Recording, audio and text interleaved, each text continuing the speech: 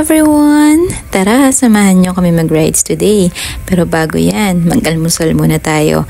Dito nga pala kami madalas maglugaw kay Tatay's Lugawan. Dito lang yan along Lias Road. Oo, dumadayo pa kami dito sa Marilao para lang maglugaw kasi ang sarap ng suka nila. After kumain, dumiretso na kami ng lakad and ito, nasa Antipolo na kami. Sa Marilakay wala nang mga nakatambay, nakakapanibago kasi ang dami na rin nagbabantay. Nung nasa Pililya na kami, medyo naiba kami ng daan kaya nagmerienda muna kami, napalayo pa nga. Nang mga oras na to, nasa Mabitak, Laguna na kami. Natapat pa nga na may kampanya ata dito sa FAMI kaya sobrang traffic kasi ang daming nakapark na sasakyan sa gilid. Story time nga pala, bigla ang plano na naman to. Kasi nagising ako ng 3 AM, tinanong ko siya kung aalis kami, sabi niya hindi. So natulog ulit kami, nagising kami ng 7 AM at doon nag-decide na naman siya na aalis kami at pumunta daw kami ng Laguna at mag-falls. Yun ang dahilan kung bakit nakarating kami dito sa Mahayhay ng 3 PM. Oo, 3 PM na kami nakarating. Pero buti na lang din, hapon na kami nakarating dito dahil karamihan ay nagsisiuwian na. Sabi nung pinagtanungan namin, sobrang dami daw ng tao dito. Dahil nga nag-Valentine's, nagsahod, tapos Sunday today. Medyo na-enjoy nga namin yung maglakad dito papuntang falls kasi patag yung daan, tapos parang rainforest yung atake niya. Unlike sa Hulugan, hihingalin ka talaga kasi matarik na yung daan tapos malayo pa yung lalakarin mo. Ang astig nga nito, sa gilid may mga lamesa at saka mga upuan habang nakababad sila sa tubig, kumakain sila. O diba, ang daming tao. Medyo mahirap sumingit para makapag-swimming ka or humanap ka ng spot mo or makapag-picture ka man lang. Pero grabe, sobrang na-amaze ako kasi may rainbow. Nakita nyo ba yung rainbow? Dalawa pa yung rainbow na dito rin nag-end at dito nag-start. Sobrang linaw at sobrang lamig ng tubig dito. Hindi ka nga lang din pala makakapag-swimming ng sobra hanggang dun sa pinakagitna kasi tatangayin ka at umaalon ang tubig. Medyo maliit lang tong part na to kung maraming tao. Pero dito ka talaga mas makakapag-swimming dahil ito yung may pinakamalalim. Pero kung gusto mo lang tumambay at mag-picnic, makipagkwentuhan, pwede kang humanap ng spot sa baba or sa gilid kasi kahit doon, malakas pa rin ang agos ng tubig.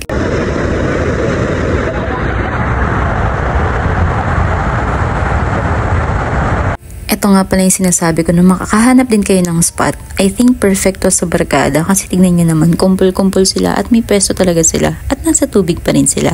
Tapos ito nga pala yung sinasabi ko na sa gilid, pwede pa rin kayong maligo at tumambay. And habang naglalakad sa gilid din, meron kayong makikitang mini falls at mainit ang tubig dito. Ang aesthetic talaga nung part na to, yung green, tapos may araw, diba? Di rin kami nagtagal dito, wala pang isang oras, umuwi na rin kami. Pero tingnan nyo, may nagdadatingan pa rin.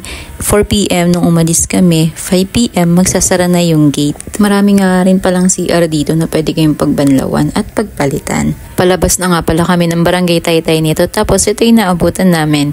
At diba, sana all. Kami kasi dalawa lang kami lagi nakakapag-rides eh. Ito pa yung isang naabutan namin, diba? Pero tingnan nyo naman, napakaganda ng view ng bundok. Minto nga lang din pala kami dito kasi sabi ko, apakaganda ng view ng Mount Banahaw at ng araw. Palubog na nga rin pala ang araw at dahil sa Luciana kami dumaan, sabi ko bumili kami ng bibingka. Uy, itry niyo yung bibingka dito sa Luciana. Kakaibang bibingka nila, hindi yellow. Dumaan nga rin pala muna kami dito sa Pakil para bisitahin ng lola niya. Nung nasa Rizal na kami, hala, nagyaya pa siya magmangantila. Akala ko uuwi na kami. Pero okay na din kasi para makita namin yung itsura ng mangantila sa gabi dahil pumunta kami dito before umaga. Happy Valentine's! Happy Valentine's! Saan mo lalaki ito yung ulit? Maginuwa. Oh, ito pa. Happy Valentine's! Uy, ito. Hindi. Doon kayo yung kinuha. Sa malayo. Thank you. Tama ah.